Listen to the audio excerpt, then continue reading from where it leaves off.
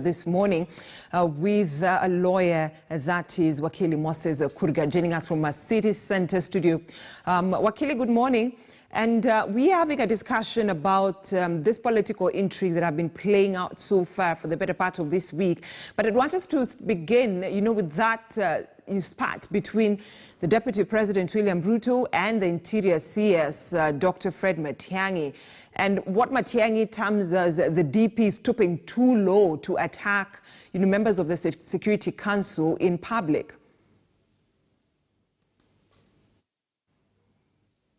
Yeah, thank you very much, Brenda, for inviting me to this program. Yeah, my comments are going to be diverse, given that the issues that are obtaining at the moment and are being discussed are things that require us to look at various laws provided for under the Constitution of Kenya and also the national legislations governing issues on security. But to start with, it is unfortunate that all the leaders in this country somehow fail to remember that all their actions, all their activities are supposed to be falling under what the Constitution requires them to do. So on matters of security, if you look at Article 238, which sets out the principles of national security in this country, it is not possible for anybody, for any individual, to act above or beyond what the Constitution requires them to do, be they Minister for Internal Security, be he or she a Deputy President or a President in the Republic of Kenya, because we are lucky that we have a Constitution that has given us an opportunity to manage national affairs in an organized manner.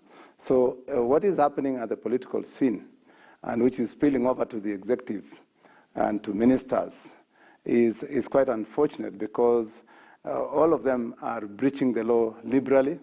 And when the Deputy President complains, he is complaining from a position of knowledge, because he sits in the National Security. He is a Deputy President and is a member of that National Security Council of the Republic of Kenya, established under Article 239 and also 240 of the Constitution. All these require people to remember every time when they are acting, they should act in consonance with the Constitution. They should not go outside that. So what is happening right now is that a lot of leaders, be they in executive or in political arena, they are breaching that law in ways that are unimaginable. It is sad that they are doing that. And when one of them complains, they remind him. Yes. But then, Wakili Kurgat, allow me to cut you short. Yes, it's good. Actually, it's good that you've picked my mind, because I was about to tell you, the DP sits in that National Security Council. And let me try and be the devil's advocate here, supporting what Dr. Fred Matiangi had to say yesterday when he said that instead of bringing issues that you have over one of the members of the council, the Inspector General of Police, Hilary Mtiambai, in public, why can't you just raise some of these concerns within the council when we meet to discuss about national security matters in the country? I do not know the happenings and the dictates that concerns the meetings of the National Security Council, but what I know is that all of them are supposed to be sitting there. But as we all know, the executive at the moment in Kenya is dysfunctional. I don't think they've been inviting the Deputy President to those meetings, because we've seen news clips and informations trickling in to the public that they did not invite the Deputy President to such forums. So when they do meetings without the committee or whatever organ being properly constituted, then what they are doing is in breach of the Constitution. So they should invite the Deputy President to that forum. They cannot deny him the opportunity of attending, or they call meetings without inviting him and expect that he will know what has been discussed. Mm-hmm. So the Constitution doesn't tell those who are inviting others to exclude others. So unless they tell us that he has been invited and he doesn't attend, then the deputy president has a right to complain, because what is being shown, even by the members of the same Security Council, where he's supposed to sit, is that they don't respect him. Yet he's a member of that council. But then, Wakili, this is not the first time that we're actually seeing the DP and Dr. Fred Matiangi, the CS for Interior, having a public disagreement, disagreeing in public. This began way back in 2019. And this is like probably the third incident to happen. It is actually unfortunate that the spat has spilled out to the public. But here is an opportunity for us to examine what is the role of the Minister for Internal Security. Why does he overreach himself? Because himself, by criticizing the Deputy President in public, when he himself knows that he should also go to the same Security Council and raise issues concerning the Deputy President there. So the dysfunction position that the executive finds itself in Kenya today is unfortunate, because it actually blurs the clear lines set by the Constitution.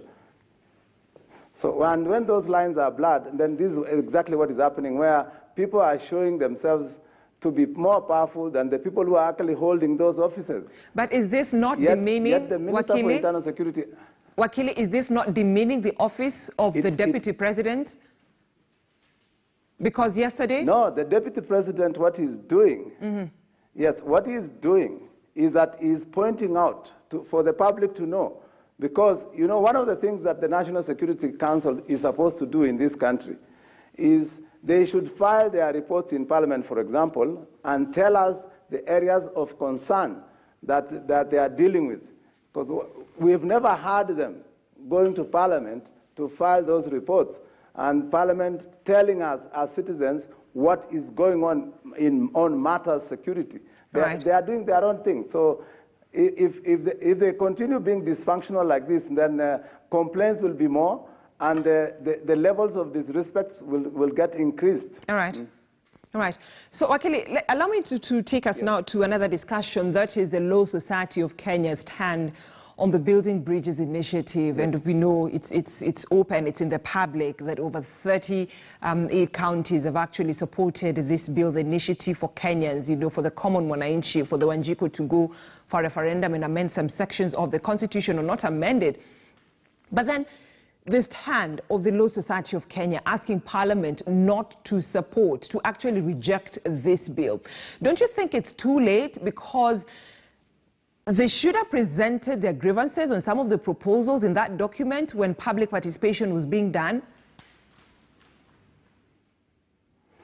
You know, Brenda, it is unfortunate that you hold such an opinion. The Law Society, I'm not their spokesperson, but I remember listening to the president of Law Society yesterday in Parliament, doing what is popularly known as public participation by bodies or organs that have been invited by Parliament. So the process of public participation is not yet over. So this was an apt opportunity for an informed analysis to be given to Parliament by those who practice law every day. So the president of Law Society yesterday, as far as I'm concerned, gave an opinion of what the Law Society Council feels should be the position. It is not for members of Parliament or for other commentators to now say it is too late. It is not late at all. In fact, it is time to actually discuss these things at that forum. And it is up to Parliament. They've been given an opinion which I think is right. All right. But then, Wakili, the reason as to why I'm asking whether it's too late or not, it's because, you know, the Constitution is very clear on how a referendum needs to be done. So the 47 counties have been conducting public participation, debating, and some counties are yet to vote, and at least others have voted overwhelmingly, giving that green light for a referendum. And the Constitution says 90 days for the counties, the 47 counties. After that, it's silent. So Parliament, that is the National and the Senate Assemblies, has 21 days to discuss this. But whatever decision they make, whether they support or reject, will not have any, crucial effect on that document, because what they're doing has always been termed as ceremonial, because they cannot change that BBI bill, any content in that bill. Brenda, legislature in this country, as established by the Constitution, their functions are very elaborate and wide in nature. And what the Law Society president and the members who attended Parliament yesterday did was to bring forth the actual position of what should have happened before this process was started. And the president of Law Society made it very clear that the process as done up to the stage where it has reached now is not as required by the various articles of the Constitution. And those areas that the president of Law Society pointed out are areas that those who are in the know on matters law should be able to advise the laymen in Parliament, the laymen and women in Parliament. And I think that was the best advice Parliament has ever received from members of Law Society. And the Law Society is enabled by the statute itself to help the government and the people of Kenya to understand the law, to apply the law, and also to make sure that the compliance with the law is kept as required by the Constitution. But then, Wakili, when I hear people, like I listen to... But then, Wakili, you do agree with me that the person who has the final say at the end of the day, even as much as Parliament will make its decision through voting, either supporting or rejecting that bill, is Wanjiku, the common Wananchi is on the ground, who will be casting the vote come the day IEBC says that this is the day that Kenyans are going to vote, whether to amend the Constitution or not. In fact, it is very good that you're raising that, because Wanjiku so far has not participated in the process. The time for Wanjiku to participate is coming. And if they are going to get the kind of advice the Parliament received yesterday, which I know it is going to now be spread across the Republic of Kenya, that the Law Society of Kenya has pointed out the glaring mistakes, glaring errors, glaring illegalities that are informing the process that was started by the executive. This is not a popular initiative as required by the Constitution.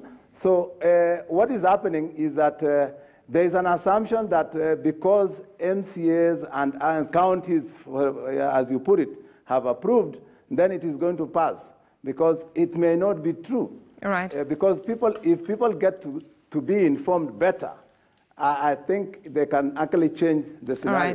All right. It can as well be rejected. Yes. All right. And just to bring, our views up to date, what we're talking about the Law Society of Kenya, through the President Nelson Havi, having asked Parliament to reject that bill, it's because of this. This is what he had to say on the floor of the House yesterday when public participation was being done. He argues that the bill seeks to overhaul the Constitution by changing the structure of government through a process that is not inclusive or participatory. And Wakili, you can agree with me. I mean, you can agree with Nelson Havi on this, because this is something that the Deputy President William Ruto also talked about at the Bomas of Kenya, and even after that, saying that give the common Wananchi an exercise that they will vote on each and every article of the Constitution that is supposed to be amended. Yes, what the President of Law Society gave is a glimpse of what should have been the correct position to be followed. When they did not follow that process, then the entire thing is actually on a limping face, and it is going to fail if Kenyans were to be careful and vote to reject it, because if it does not comply with what the Constitution requires, then there is no need for it to go through. And I think for the longest time, we've waited for Law Society to give an opinion, and they gave it yesterday. I saw some members of parliament saying that they are disturbed by what the Law Society has said. If they do not want to hear that kind of thing because they have decided that that is what they want to do, it is unfortunate. But there are many other roadblocks that are taking place or that are awaiting decisions through the courts to decide whether the process as initiated by the executive is genuine, is legal, and is allowed to continue. Right, Wakili, allow me to say asante sana, lawyer Moses Kurga, talking to us about some of the intrigues that have been playing out for the better part of this week. And so because of time, I need to continue bringing you up to date. So Wakili, once again, asante sana for joining us from our city center studio this morning. But then now, the human wildlife story that I'm about to bring you is concerning residents of Nginyi village